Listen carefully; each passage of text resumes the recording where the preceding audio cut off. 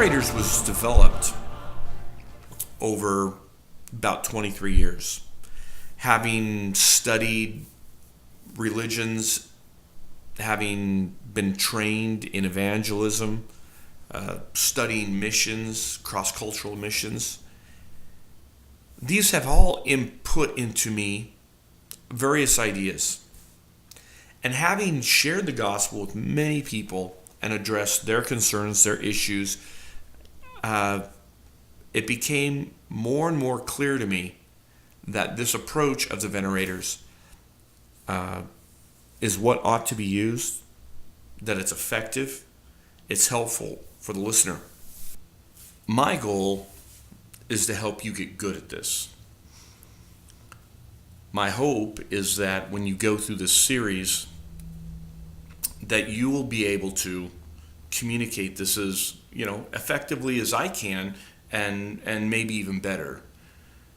But I need to present this information to you in a way that can put it in you, where it's not just an idea that you agree with, but you own it and can communicate it to anyone on any occasion. And that's my hope. In introduction to this idea, we have to understand not only where they're coming from, but how to address the issues that will be stumbling blocks for them in the very beginning. We have to emphasize why this is important to them. We're talking about not just life and death, health issues. We're talking about what happens when you die. We're talking about heaven and hell. And in that, trying to emphasize how serious this issue is, that they take the time to contemplate what happens when they die. It's also good to know in the very beginning that you come at this like not someone trying to convince someone of something, but more as a consultant, someone who gives information, so the listener can have some more data to make a better decision. So see yourself as someone who's a consultant, giving information to someone so they can make a better decision. It's not about debate, it's about informing so that they can draw the right conclusions. And they will draw the right conclusions on their own. There are three issues that need to be addressed up front before getting into the whole scheme and network of the Venerators. That is a really important issue, and we need to be very careful with it. That what you prefer will not create reality when it comes to what happens when you die. And wishful thinking, just like any other aspect of our life, never gets you anywhere. These need to be addressed up front. These are very important. This step must not be neglected. This course is meant to be able to help you. I'm not just simply informing you. I'm trying to actually train you to use this. I use this as often as possible. I used it here last week. I wish I had more opportunities, but I'm trying to provide myself those opportunities just like you are. But I get to use this and I have great results. Those great results meaning as a consultant, I'm able to give them great information. They appreciate it and they become very thoughtful over these issues. That's my objective, to get them thinking about these things and directing them properly so they can be successful in their assessment. This is an important issue that needs to be dealt with very carefully. And so I give this concept of like an engineer building a bridge, that as they are very careful in putting this together and taking everything into consideration that could happen, they're overbuilding this bridge to ensure that it doesn't fall. This is the objective. They can't have people injured or die because a bridge fails. aside from the company losing tons of money. That my engineering background and has shown me that on some issues it pays to be very conservative. That when you're building structures, when you're building bridges, that we can't be wishful thinkers.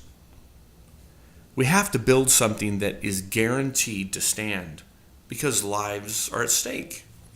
And so engineers are tasked with these kind of chores to make sure that a company is investing their money well and they're not overspending and that what they build will stand. So as an engineer puts this together, he's overbuilding to some degree. That he's making adjustments for the fact that materials may not be up to spec. That workers, may not follow the directions wholly. They might make some mistakes. They need to take into consideration weather conditions in the extreme, earthquakes. They must make every effort to ensure that they've thought of every detail that might cause problems, that might bring this bridge down. And in doing so, they can ensure the safety of those who will be upon the bridge. This is important to speak to people about and relate it to this issue of what happens when we die. Preference, people oftentimes pick a religion based on preference. They like Buddhism, they like the idea, or they hate Islam because it's violent. But those aren't the reasons we don't choose them or choose them. It's about whether they're true or not, and can we assess whether they're true or not. So preference isn't really going to be helpful in discovering truth. The preference may be because their family, was a certain religion. They grew up Muslim or Hindu, and because of that, they prefer that religion. They never really thought about what is true. They just adhere to that for, what would you say, traditional reasons. Their family was that particular religion. This idea that what I hope heaven will be like, or that there will be a heaven or not a heaven, or there will be a hell or won't be a hell, we don't have enough information to just go around not preferring, but hoping that it'd be a certain way. It is going to be what it is. And so simply just hoping Uncle Fred to heaven isn't quite enough, or believing I'm a good person and that would be sufficient to get me to heaven without any concrete evidence to compel me to believe that. Many of us has went to funerals and they've spoken to us of how, Uncle Eddie's in heaven now and how he's, fishing or playing golf up there waiting for us to show up. And it's immaterial what kind of life Uncle Eddie lived or anything like that. Matter of fact, the people in the audience might attest to the fact that he was a crummy guy. But everyone wants him to go to heaven because it gives them hope that they will also. This isn't like many things we can get away with in life, that we can be sloppy. So preferring to believe or hoping I will go to heaven is not sufficient. And so since this needs to be dealt with very carefully, like an engineer making a bridge, we have to approach this in a different way. And that's what this network or scheme that is laid out in the Venerators is going to be so helpful to do. This first step is very important to set the groundwork, the framework for the rest of the Venerators. It must not be skipped. Now, your job is to understand the value of these three things I've just talked about. That you have a conviction that it's important that we address these issues in the very beginning of talking about religion. Because you see yourself as someone who's kind of a guide for them. I've heard people even refer to some of our people as, wow, you're my kind of my spiritual guide.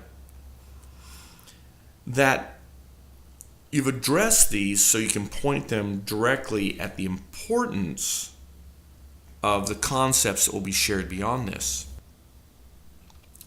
I would like you to pair it with someone and talk about each of these issues. The concept of the importance of being meticulous, like an engineer making a bridge. How preference won't produce truth. And that wishful thinking will not lead you to the truth. And then when you're done pairing up and you kind of wrestled with it, I would like you to go ahead and write a short paragraph on each one of these issues. And then go pair up with a new person and share this. And keep doing that with those individuals until you feel like you have it. Take what you've written down and go through and practice it every day for a week. And then when you come back, you should be able to, without a piece of paper, be able to share this off the top of your head. This idea we need to be meticulous when dealing with what happens when we die. That preference nor wishful thinking will get us through this.